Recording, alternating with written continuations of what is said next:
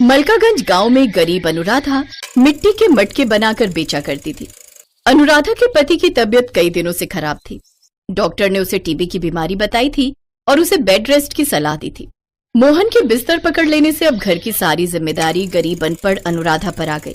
अब उसने अपने पति का काम संभाल लिया और वो मटके बेचकर अपने परिवार का पालन पोषण करती थी।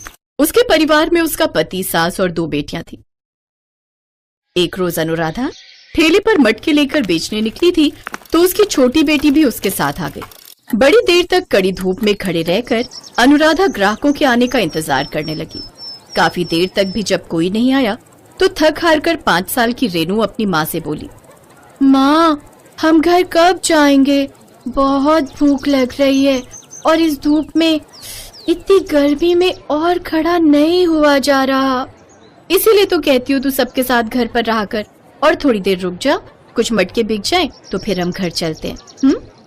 तभी वहाँ से कुछ लोग गुजरते हैं जिन्हें देख अनुराधा उनसे कहती है, भाई साहब, मटका ले लीजिए, इसके अंदर रखा पानी कई घंटों तक ठंडा रहता है। अरे आज के जमाने में भला कौन मटके का पानी पीता है? आजकल तो हर कोई फ्रिज का पानी पीता है। और नहीं तो क्या, इस मटके में तो कुछ घंटे ही पानी ठंडा रहता होगा, लेकिन फ्रिज में से तो जब मर्जी ठंडा पानी निकाल कर पी सकते हैं। इसी तरह सब उसे नजरअंदाज करके चले जा रहे थे।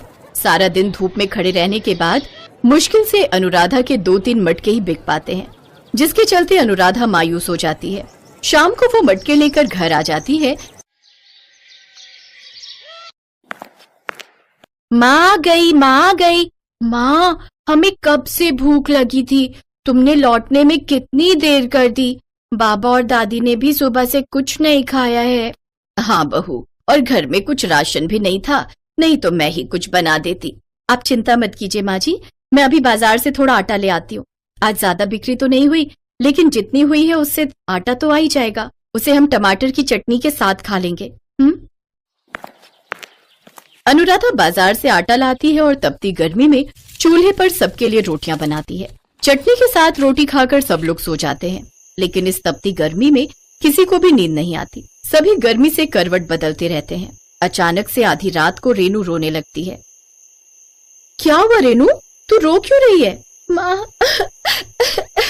देखो ना, गर्दन में बहुत खारिश और जलन हो रही है। हे राम, ये तो गर्मी के कारण तेरे शरीर पर लाल लाल दाने हो गए। तू रुक, मैं अभी तुझे नीम का लेप बनाकर लगा देती हूँ।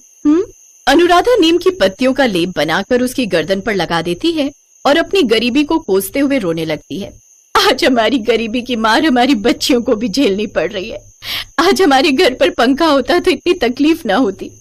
मुझे माफ करना अनुराधा, आज मेरी वजह से तुम सबको कितने दुख उठाने पड़ रहे हैं। तुम सारा दिन मेहनत करती हो और मैं यहाँ खाट पर पड़ा रहता हूँ।